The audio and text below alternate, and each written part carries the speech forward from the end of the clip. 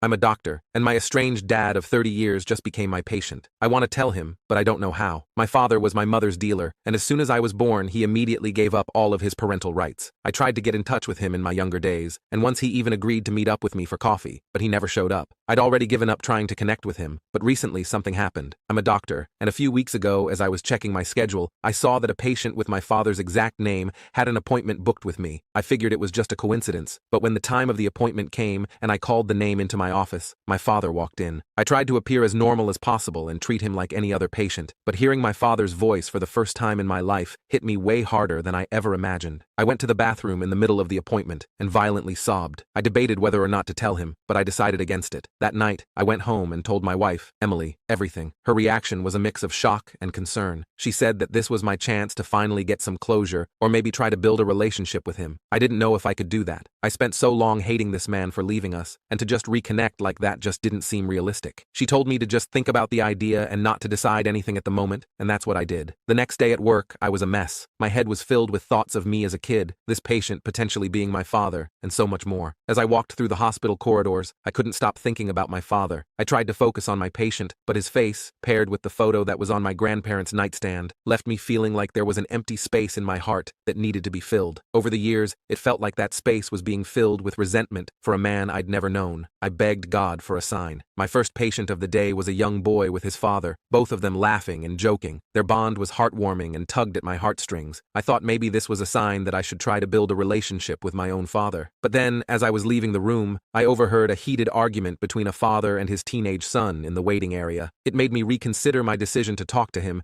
because I had so much resentment towards him from my childhood that I wasn't sure if I could communicate with him well enough without it being an argument. Throughout the day, I paid close attention to my patients. I saw a father gently comforting his daughter after a difficult diagnosis, and I felt like I was missing out on the relationship I never had. But then, an elderly man came in alone, with no family by his side, reminding me of the isolation my father had chosen for himself all those years ago. During lunch, I sat in the cafeteria, picking at my food, lost in thought. When I was 7 years old, I loved school, but one thing always made me. I thought that he was my father. I felt 100% vulnerable in that moment, like a hermit crab out of its shell. He didn't say anything for a moment and looked at me. His face was soft. He then said that he knew for some time. I was shocked. I asked why he didn't say anything. He looked down at his hands. He said he didn't want to force anything on me and thought it would be better if I came to him on my own terms. I had expected denial, or maybe anger, but not this calm acceptance. I asked him why did he abandon us. He looked more sad now. He said it was a long story, and that he made a lot of mistakes when he was young and scared. He said he was dealing with his own demons, but admitted that leaving was the hardest thing he did. But at the time, he felt like it was the best option. I felt like the 7-year-old boy asking his mom why his dad didn't love him all over again. They kept giving me these vague answers, and it upset me. I told him that he was a coward for leaving me. A dad shouldn't leave his son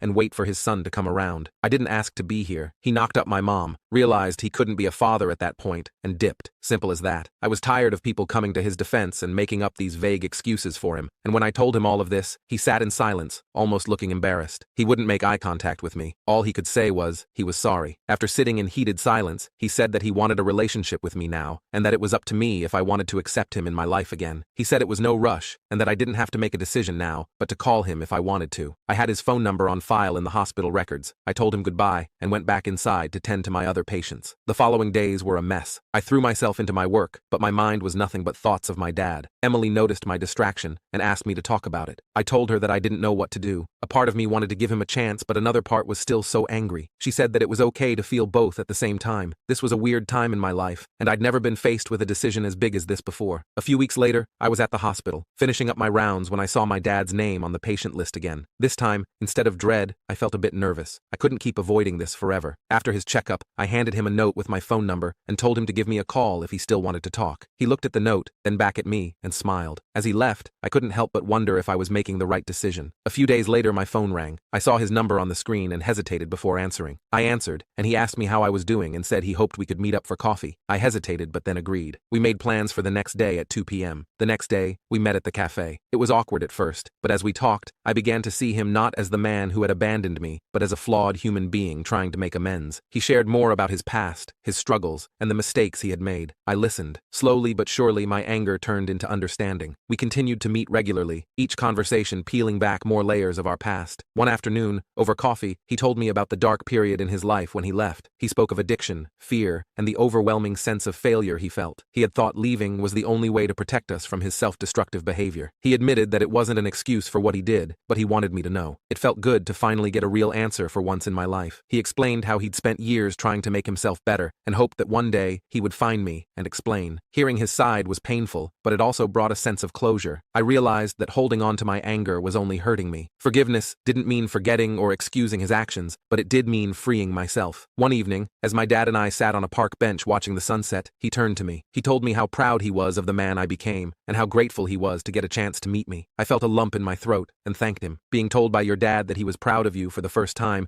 definitely tugged on my heart, and I felt tears begin to form involuntarily. As we sat there, the past began to feel less like a weight and more like a lesson. Our journey wasn't easy, and there were still moments of doubt, but with each day, we built something stronger, and in that process, I found a sense of peace and closure I hadn't realized I needed. His health continued to be a concern, and there were moments when I was scared of losing him, just as we were starting to rebuild our relationship. One night, I stayed by his hospital bed, watching the monitors beep steadily. It hit me how fragile life was, and how important it was to cherish the time we had. During these moments, Emily was my anchor. She reminded me of the importance of family, of giving second chances, and of the strength found in forgiveness. In time, his health stabilized, and we began to share more of our lives with each other. He attended my medical conferences and showed genuine interest in my work. We shared dinners and holidays, and slowly, he became a part of my life in a way I never thought possible. One day, as we sat together in my living room, he turned to me with a serious expression. He told me that there was something that he'd been holding back. He said that when he left, it wasn't just about his own issues, but there were also people that he'd gotten involved with. They were dangerous people, and he had to leave to protect my mom. The revelation hit me like a punch to the gut. He said that he knew it probably wasn't the right thing to do, but he said that he never stopped loving me, and that every day he wished he could have come back. His addiction had led him to steal and borrow money from some really bad people, and he didn't want to bring that danger to my mom's doorstep. This helped me fully understand the reasons, but it still hurt to think about.